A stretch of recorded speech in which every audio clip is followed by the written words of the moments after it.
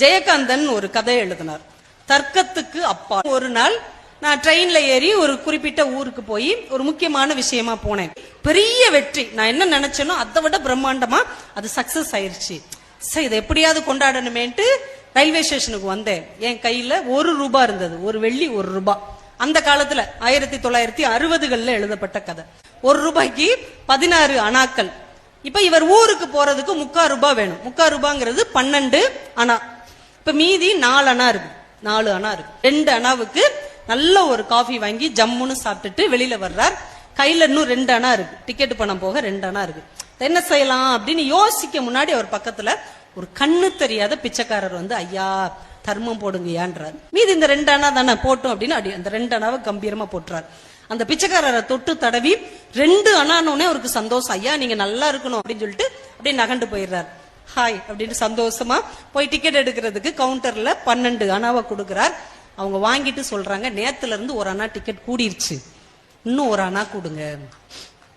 யோசிக்கிறாரு, இன்னும் 1 அணா கொடுங்கவா, என்னடா பண்றது, நம்ம தான் 2 அணா போட்டோம்ல, அவர்கிட்ட போய் கேட்போமா அப்படின்னு கொஞ்சம் 2 அடி வைக்கிறாரு.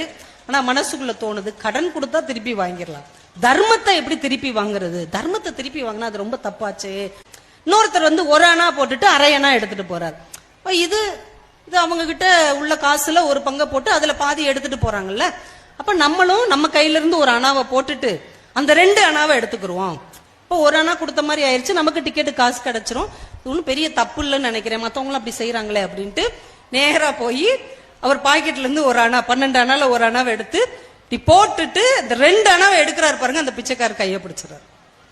ஏன் சாமி, யாரோ ஒரு புண்ணியமா வாழ்க்கையிலே தடவை எனக்கு 2 அணா போட்டிருக்காரு, அத போய் நீ எடுக்கிறிய சாமி 1 அணாவை பார்த்து போட்டுட்டுன்னு உடனே வேர்த்துருது இவருக்கு. பிச்சைக்காரட்ட மாட்டிட்டோமேன்ட்டு அந்த 1 அணாவையும் போட்டுட்டு மன்னிச்சுக்கோங்க மன்னிச்சுக்கோங்கன்ட்டு இங்கிட்டு நகண்டு வந்துடுறாரு. இந்த குழப்பத்துல அவர் போக இருந்த ட்ரெயின் போயிருச்சு. உடனே முடிவு பண்ணிட்டார், ட்ரெயினும் போயிருச்சு, இருந்த இன்னொரு அணாவும் போயிருச்சு, 11 அணா தான் இருக்கு, இன்னும் 2 ஸ்டேஷன் நடந்து போனோம்னா அதுக்கு அடுத்து இந்த காசுக்கு டிக்கெட் எடுத்து வீட்டுக்கு போயிடலான்னு நடைய கட்ட ஆரம்பிச்சிட்டார்.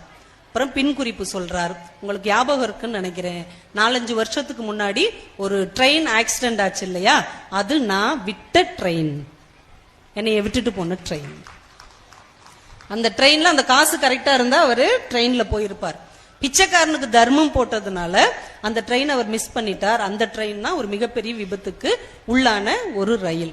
அப்ப என்ன, நான் செஞ்ச தர்மம் காப்பாத்துச்சா அது எனக்கு தெரியல, ஆனால் தர்க்கத்துக்கு அப்பால் நிறைய விஷயம் இருக்கிறது என்பதை நான் புரிந்து கொண்டேன் என்று ஜெயகாந்தன் எழுதினார்.